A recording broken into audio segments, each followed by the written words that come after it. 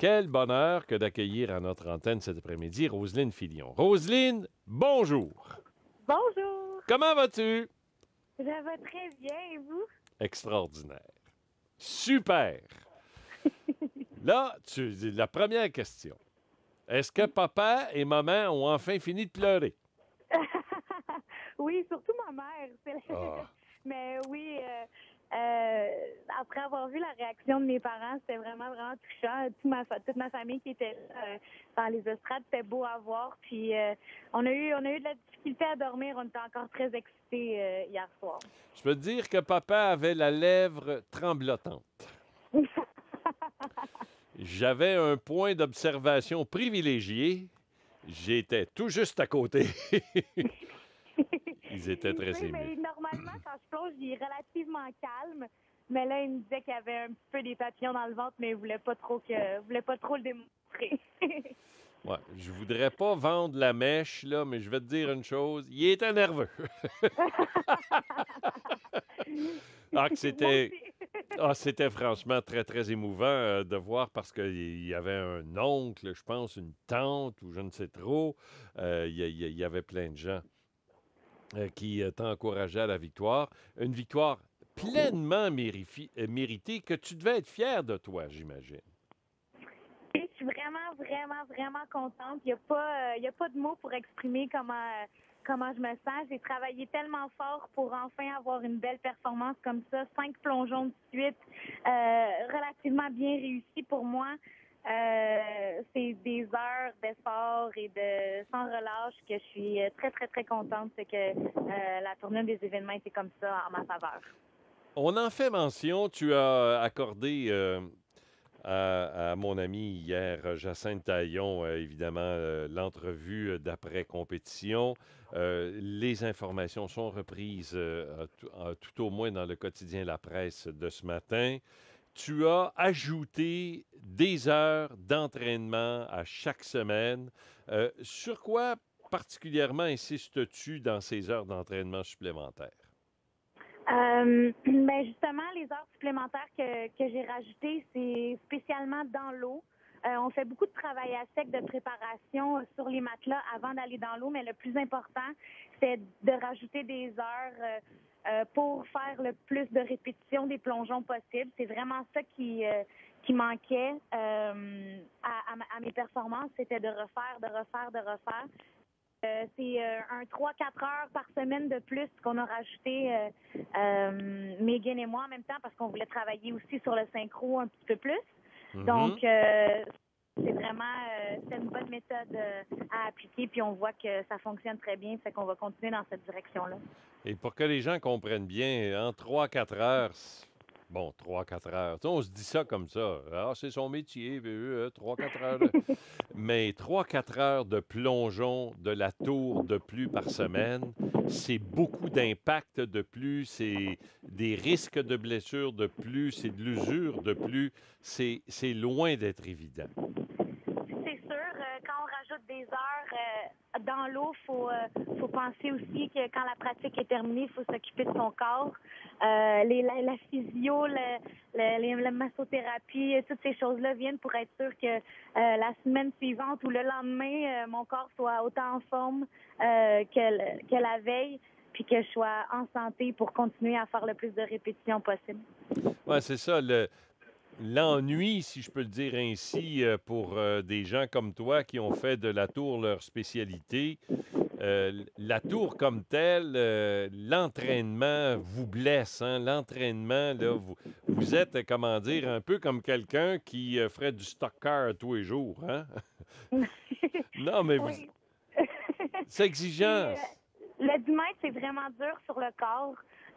On rentre dans l'eau à 30 km/h à peu près, puis on est dans les airs une seconde. Donc, le temps de réaction est vraiment pas long. Donc, les blessures arrivent très, très vite. Donc, faut bien s'en occuper du corps parce que c'est l'outil numéro un pour le travail. Et j'ai vu dans le même article que je ne sais pas si c'est nouveau ou si depuis des années, tu t'adonnes à des cours de ballet aussi. Oui, ballet depuis peut-être 6 ans maintenant. Oui? Ça fait quand même longtemps. C'est très bon pour la flexibilité et la posture. Et c'est comme ça qu'on est capable de se tenir sur le bout des orteils au bout de la plateforme avec plus de stabilité. Donc, c'est vraiment un élément nécessaire qui apporte au plongeon. Le ballet, c'est très bien pour les plongeurs.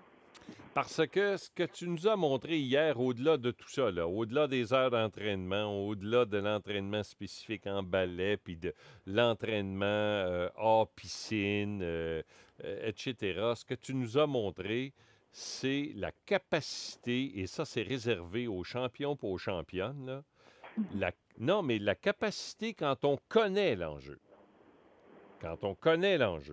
de réussir ce que j'appellerais presque sa pleine mesure. Et- Ben, ce qui aide beaucoup dans ça, c'est que je regardais pas le tableau. Donc, D'accord. je pouvais pas savoir à quel point j'étais des Chinoises. Par exemple, je les ai entendus rater leur plongeon, donc j'étais au courant que la porte était ouverte. Mais je me disais des mots-clés dans ma tête. Reste focus, t'es capable, fais ce que t'as à faire. On oublie les autres, puis concentre-toi sur toi. Puis finalement, j'ai oublié que la porte était grande ouverte pour la médaille d'or. Est-ce est-ce habituel pour toi? Par là, j'entends, es-tu le genre de fille qui est capable de faire abstraction de ce que j'appellerais l'environnement, de l'importance du moment, car tu sais très bien, quand vous plongez en synchro, Mégane et toi, à chaque plongeon, ben, vous avez la chance de récolter une médaille, vous en récoltez souvent. Hier, c'était la médaille d'or qui était à ta portée, mais est-ce l'une de tes qualités que tu te reconnais que d'être capable de faire abstraction du moment présent? Mais c'est quelque chose que j'ai travaillé extrêmement fort. Ça fait pas longtemps que je suis en pleine possession de mes moyens. Au jeu du Commonwealth, je savais exactement combien de points je devais avoir pour la médaille de bronze. Puis j'ai flanché sous la pression. J'ai complètement raté mon dernier plongeon. J'étais vraiment fâchée après ça parce que je voulais contrôler mes émotions. Puis dès que cette compétition-là est terminée, j'ai vraiment travaillé là-dessus avec un préparateur mental. Et puis, ça a vraiment, vraiment aidé dans mon cheminement, autant pour me faire confiance moi-même, puis avoir de l'agressivité en plongeant, mais aussi de faire abstraction des bruits, des enjeux, puis de tout ce qui peut se passer autour.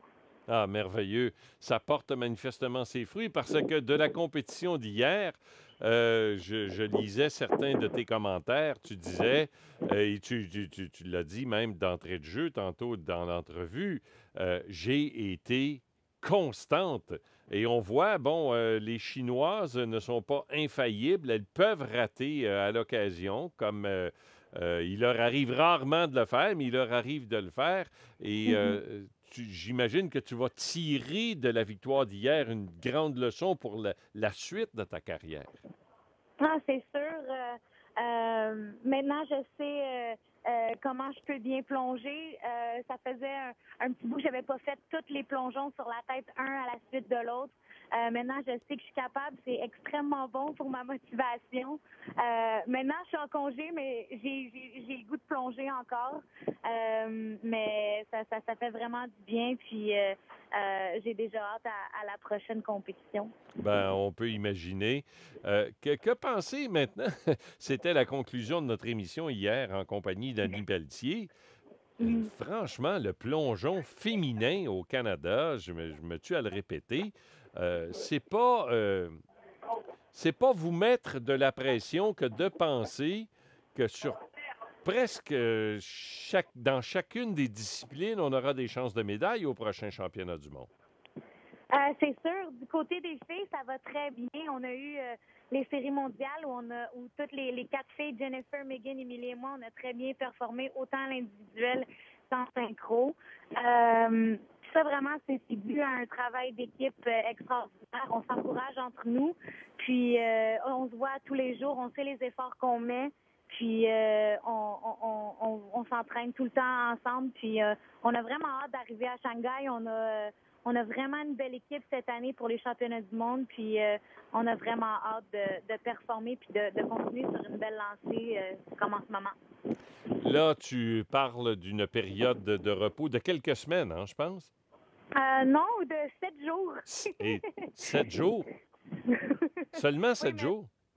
De 7 jours parce que dans 2 semaines et demie, c'est les nationaux d'été à Edmonton qui est Oui. la qualification pour les championnats panaméricains qui va avoir lieu à Guadalajara au mois d'octobre.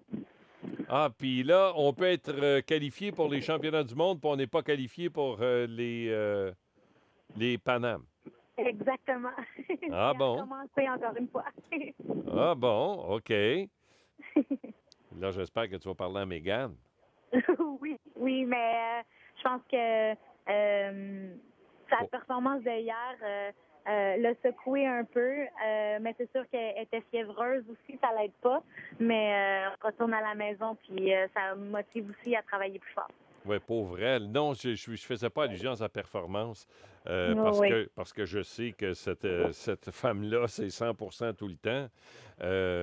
Mais pauvre elle, hein, elle est, on va le dire, de justesse. Elle a réussi à obtenir sa qualification pour le plongeon individuel. Puis elle était d'une telle tristesse, ça arrachait le cœur. Oui, Mais elle va s'en remettre. bien sûr. Grâce Je vais à... être là pour la remonter. Ben oui, les Madame Sourire vont s'en charger. Ben merci d'avoir été des nôtres cet après-midi, Roselyne. C'est toujours plaisir. apprécié. Tes commentaires sont toujours appréciés. Franchement, bonne chance. Bon repos d'abord. Bon long repos de 7 jours. Merci. Et bonne chance au championnat d'été. Merci beaucoup. Au revoir. Au revoir. Vous écoutez Sport Extra à la fréquence 96 sur Sirius, branché sur le sport, avec une équipe d'animateurs et de chroniqueurs expérimentés. Toute l'actualité sportive sur Sport Extra, une chaîne satellite de Radio-Canada.